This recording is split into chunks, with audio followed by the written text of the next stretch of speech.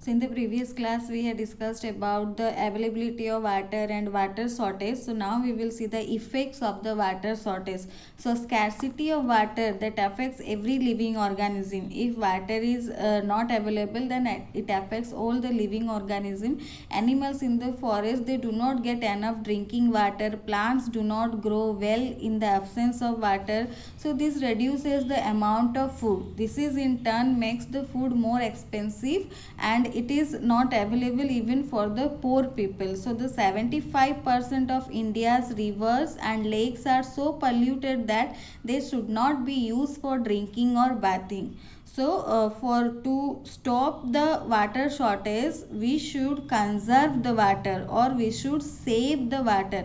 So that is called water conservation. That is called water conservation. So to save our earth, we should, or we have to conserve water.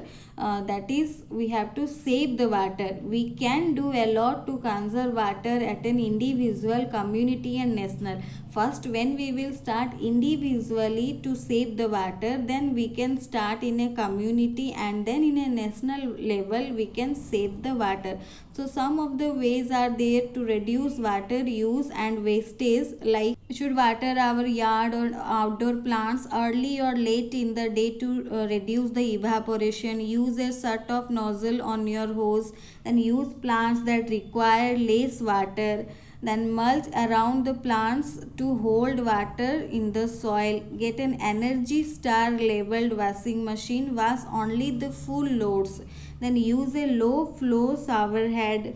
Then take a shorter showers, 5 minutes or less is best. This is the, I think, main reason we are wasting more and more water. When we are going to take bath, we are feeling like 1 hour we can spend there in the summer days, or half an hour we can spend there, then we are wasting too much water.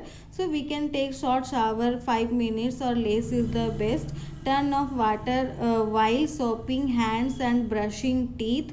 Turn off sink faucet while scrubbing dishes and pots. Install new toilets that use less than 1.6 gallons per flush. Then put faucet aerators on sink faucets. Use broom, not a hose, to clean driveways and walkways. So we should use this one, not this one which is wasting a lot of water. Along with this, we can recycle water at home, like water used from rising clothes can be used to mop floors and water plants after washing the clothes. Whatever water is left after rinsing from the clothes, that can be used to mop the floors, or we can give to the plants. People should not wash the areas outside their homes and their cars with pipe water. Then government should maintain the pipelines and repair leaks and cracks promptly, so that most of the water will not be waste here because of the leaks. Then instead of tube wells, drip irrigation system should be used in the farming. Government should help the farmers to install such systems, and rainwater harvesting system should be developed. So that means we can also save some water. This can be constructed in every house, or at even a larger level. Rainwater can be collected in artificial ponds and lakes and used later. Otherwise, we can also make an artificial tank or artificial pond, and we can collect the rainwater and we can use them later. Water pollution. So in addition to wastage of water, various domestic and industrial activities are also contaminating the water bodies. So this polluted water is very harmful for all living organisms. So sometimes water is also getting polluted, and the polluted water is very harmful. We should not drink the polluted water, or we should not use the polluted water. So about the water pollution, you will learn more in the higher classes. Some more chapters will be there. So water pollution means when the various domestic and industrial activities are contaminating the water bodies, that time water pollution takes place.